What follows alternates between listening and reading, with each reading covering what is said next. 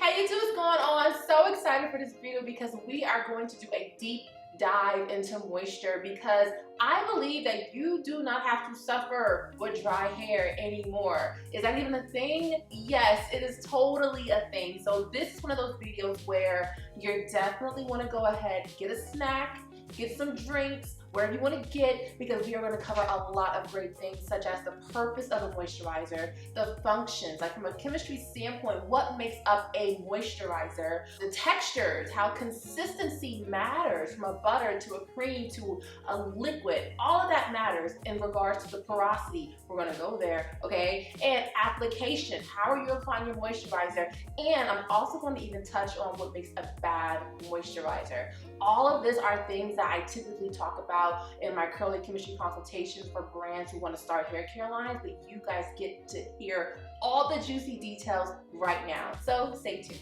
Okay, so our hair, as you guys know, is made up of keratin. Keratin is a fibrous protein that needs to be moisturized in order for it to look and feel good, be manageable, and also have a bit of elasticity to it. And when I say elasticity to it, meaning you can stretch your hair, you can curl your hair, you can do a braid out, you can put your hair up in a bun without it breaking. And the moisture content of this fibrous protein, aka keratin, matters. Now, before we get into the textures of the moisturizer, let's talk about the body of the moisturizer. And when I say the body, I'm referring to the functions, what makes up a traditional moisturizer. Now, the first component of a moisturizer is going to be your water phase. The water phase is really where the huge chunk of the moisture is coming from. So usually a moisturizer will have about 60 to 85% of moisture content within it. This can be something like water, this can be aloe vera juice, this can be coconut water, this can be a number of things. On top of that, there are moisture assistants, is what I call them, okay?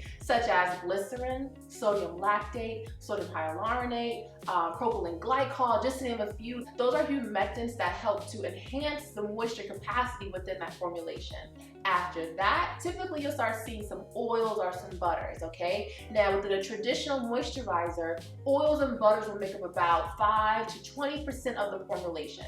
So if you compare the 60 to 80% of the water phase compared to the oil phase, it's really more moisture than it is oil. And with that being said, I know there's some rumors going around saying, well, all you need is a moisturizer to, properly moisturize your hair because the formula already contains oils, and that oils is typically enough to lock in that moisture. Technically, not really, because once again, 80% of water is a lot of water for only 20% of oil to lock in. So I'm a huge fan of using some type of either oil or grease after your moisturizer to really lock in that moisture effectively. And you can actually find more information about this in my ebook called The Curly Girl's Guide to Hair Care Ingredients. I have a link below for you to check out. Now let's talk about the textures. So when it comes to textures, normally for a moisturizer, you have 4 different types of textures, okay? You have liquid, gel cream, cream, and butter. Now, when it comes to your hair type, what textures are best for you? Let's start off with low porosity, okay? Now, as you guys know, low porosity, the cuticles are pretty sealed, they're tight, they're closed. So the issue with this porosity, I should say, is that, because the cuticles are so tight, it's difficult for moisturizers to get in to actually moisturize the hair. With that being said, low porosity hair actually is better with liquid and gel cream like moisturizers because that texturizer, because that product actually has a higher water content. It's much more thinner, it's more loose, it's more, it's not as viscous. So therefore, when you apply it to your hair, it makes it a lot easier for that consistency or that product to actually penetrate within the cuticle, regardless of the tightness of the sealed cuticles. Now with high porosity, on the flip side, as you guys know, the cuticles are lifted. It can get moisture in without a problem, it's more so it's staying in. So that's why creams and butters would be great for high porosity hair because creams and butters will have a higher content of fatty alcohols, and those fatty alcohols will produce a thicker product, and that thicker product will be great as sealants to help to seal in that moisturizer. Now, it's not an oil sealant, but the fatty alcohol does help in regards to sealing that cuticle in a sense, but I still recommend adding some type of oil or grease afterwards to lock in that moisture, not only for high porosity, but also low porosity as well. So now let's talk about what could potentially make a moisturizer a bad moisturizer, so you guys be on the lookout for these things, all right? Number one, there are no humectants within that formula. Water alone is okay, it gets the job done. However, I found that my best moisturizers that I've used in the past, and even like moisturizers that you guys rave about, have either 1 or 2 humectants. But if a product does not have any humectants, more than likely it's not going to be as amazing as it could be. So be on the lookout for those humectants when you're looking for a moisturizer. And secondly, I will say there's no cationic ingredients. Cationic ingredients to me are like the star players within the moisturizer because they help with slip, manageability. They're just amazing for the hair, okay? And even though a product could have all the great things of a humectant and water, a formula without a cationic conditioner is going to be like kind of missing that extra oomph that formula can provide. So definitely look for some cationic ingredients as well. Okay, and last but not least, application matters so much, okay? Number one, when you are applying a moisturizer, definitely do it in sections. Sections, sections, sections. So apply your moisturizer in sections.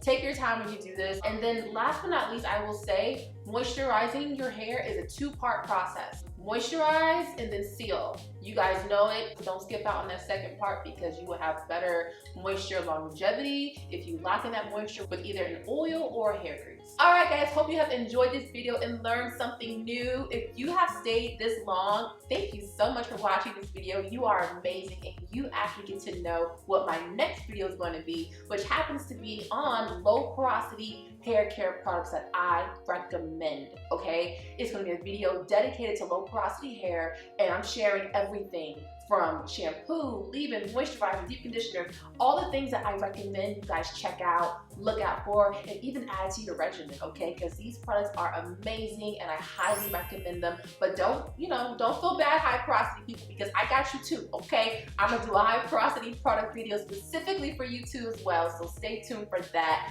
And of course, I have a question for you, which is kind of related to wash day. If you guys follow me on Instagram, if you don't, I don't know why not. You need to follow your girl, okay, because I got some great information on there for you too. But I just did a few stories on my wash day. I showed me pre-pooling my hair and all the good things, and I want to know from you, because I just want to know more about you guys. You guys are my community. How long does your wash day take you?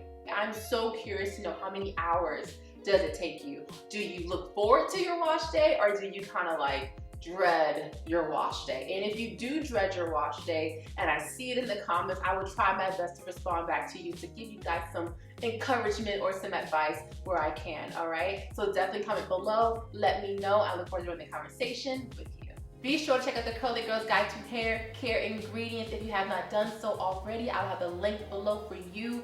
And if you are interested in starting a hair care line, no matter where you are in the journey, in the very, very beginning or in the very, very end or smack dab in the middle, you can work with me one-on-one, and I have a link below for you to check out as well. All right, guys, I love you, and I will talk to you guys soon.